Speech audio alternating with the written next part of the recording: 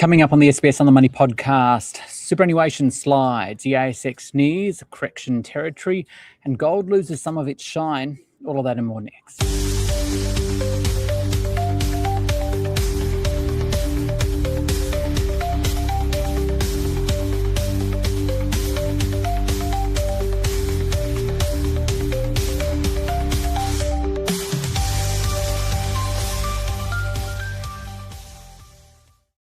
Hi everyone, welcome to the SBS on the Money podcast for this Monday, the 23rd of March 2026. It's a day where the ASX tumbled to its lowest close since May. The 200 down 0.7% at 8,365. It was a lot lower earlier in the session, and it means the index has given up 9.1% since the start of the war in late February. $300 billion wiped from the index and puts it close to correction territory, which is when losses reach 10% from a recent high. Now, this is having an impact on superannuation funds. Chant West estimates the median growth fund would have lost 3.8% so far in March. It did, however, follow a 0.4% rise in January and a 1.1% increase in February. And remember, funds rose more than 9% last year.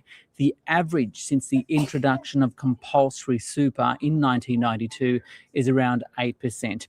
Back to the markets though, where markets today fell, material sector the worst as the gold price continued to tumble. It's below $4,300 an ounce.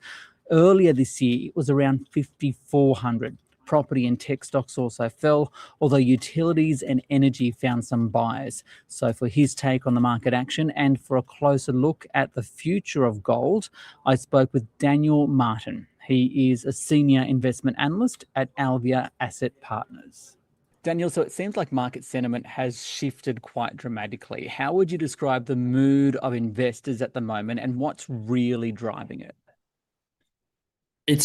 There's a lot going on, and for that reason, we view the market sentiment as disorientated. So when we think about that, there's probably three stages I want to walk you through there. So prior to February, the headline index number was actually looking rather strong. It was when you dug beneath the surface, you could see a lot of volatility. So speaking on that S&P 500, as at the 18th of February, the 30-day dispersion was sitting in the 97th percentile. And that was largely a function of the market rotating from sectors that were asset light into more asset-based sectors as AI was dismantling quite a lot of software as a service businesses. So this was the lead up in late February, and that's important context. Now the psychology for investors has been hijacked by geopolitics and the incredible uncertainty that comes with US-Iran. From an investor mindset, what's really driving the focus is oil prices, with the flow and impact being shift in central bank regimes and implications for broader economic growth. So with that now being the time where investors have just shifted their portfolios from greater asset-light businesses to more asset-backed businesses who now get more impacted by economic growth outcomes. So that's quite an interesting dynamic you've played out. And then the third is obviously rising rates. Should the rate regime change, the cost of capital globally is now reversing trajectory, and we should see a rebasement of all assets in the way they're underwritten. So the mood is disorientated. Investors don't want to be in asset-light models because of AI. No one wants to be in asset-heavy portfolios because the geopolitics is where global growth is heading. And there seems to be a lack of safe harbor in terms of where is the clear answer coming from, and it's giving investors extreme anxiety. Now, for us, the most important part amongst all of this is feelings and forecasts need to be separated. And investors have to really take a step back and assess the fundamental portfolios they own today.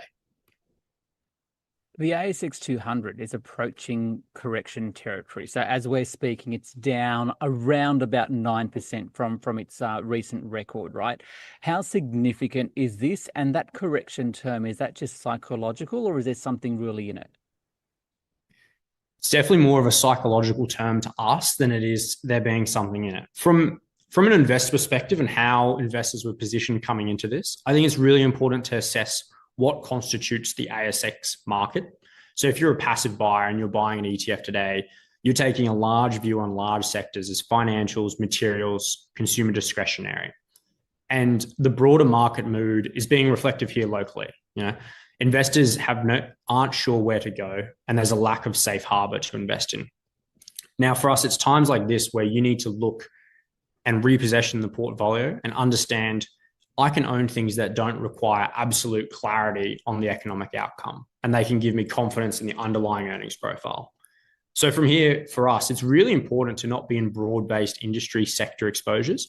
Rather, you can be very selective and dialed in. A great example is healthcare locally. It's facing a baby with bathwater scenario, but earnings are largely non-cyclical, domestically orientated, and have structural tailwinds that have a minimal tie to the direction of oil prices and the uncertainty today. We were talking earlier about investor sentiment overall. What about you as an investor? How are you feeling?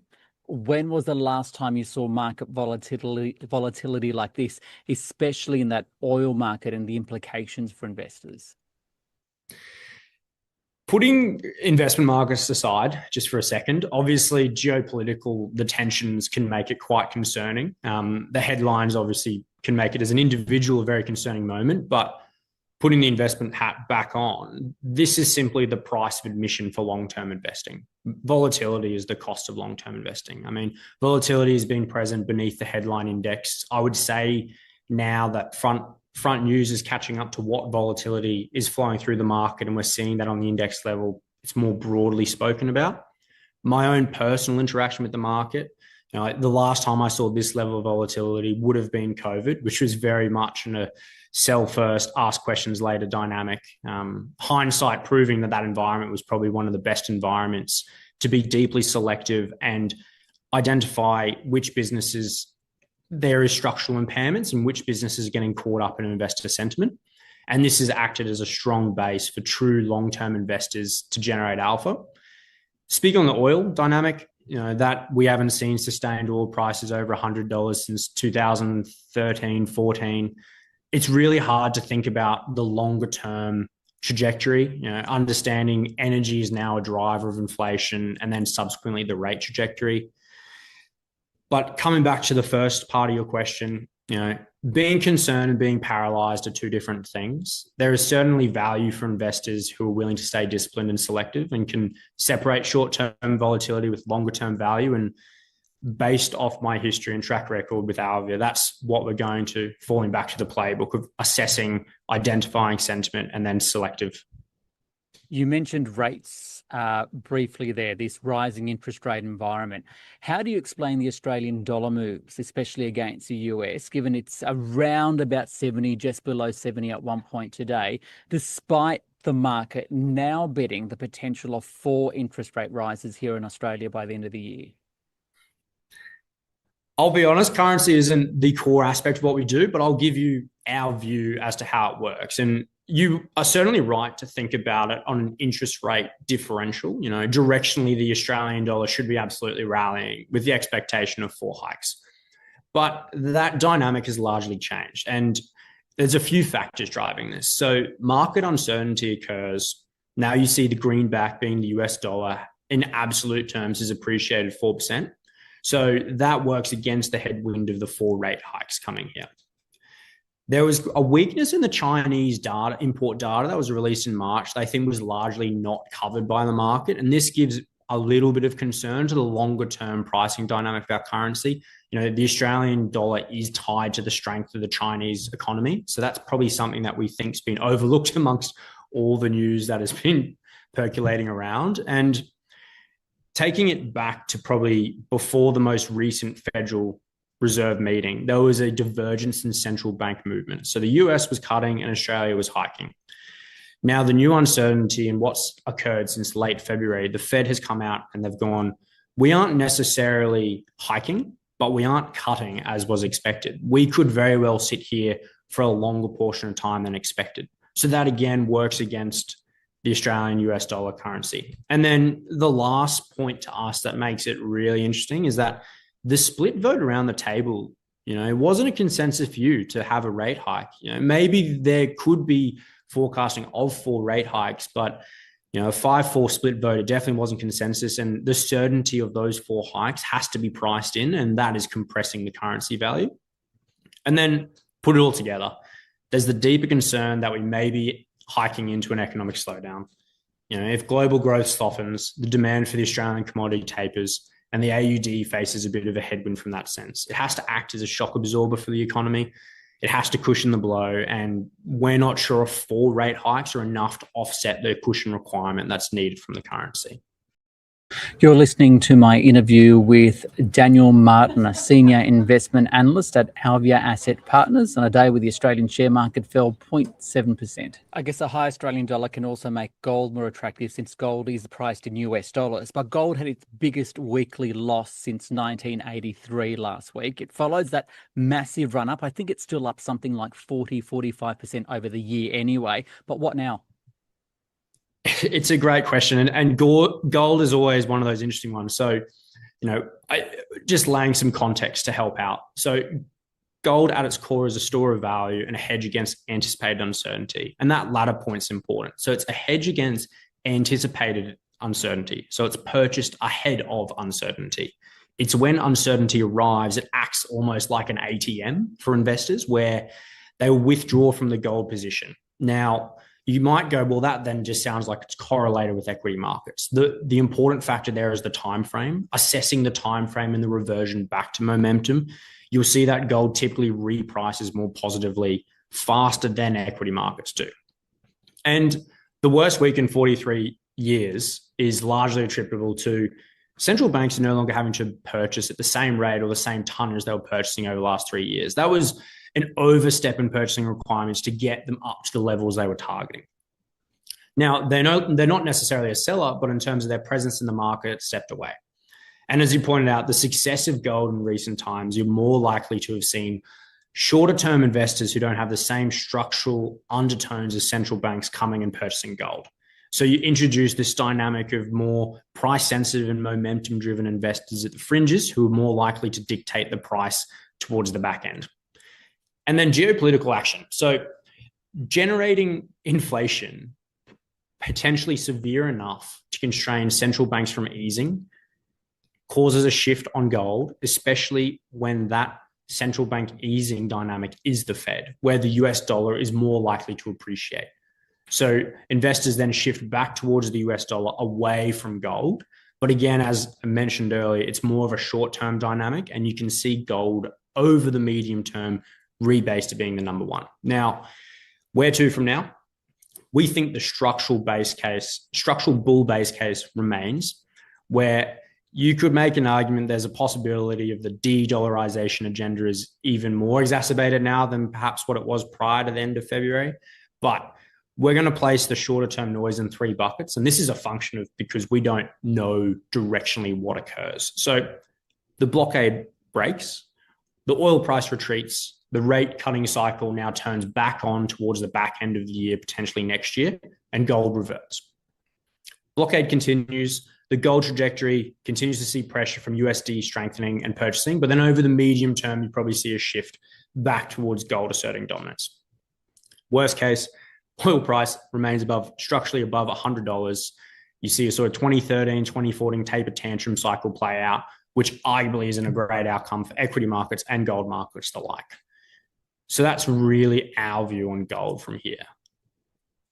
So wrapping everything we've just discussed then, right? What are you telling your clients right now? And are there still any opportunities for investors in this environment?